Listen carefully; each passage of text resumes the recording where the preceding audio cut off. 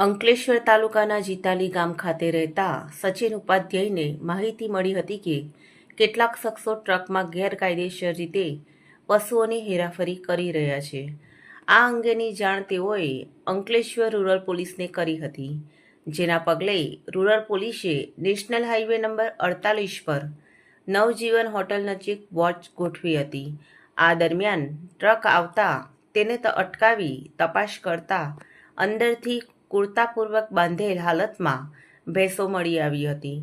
પશુઓની હેરાફેરી અંગેના આધાર પુરાવા પોલીસે ટ્રકમાં રહેલ શખ્સોને પાસેથી માંગ્યા હતા, પરંતુ તેઓએ રજૂ કર્યા ન હતા।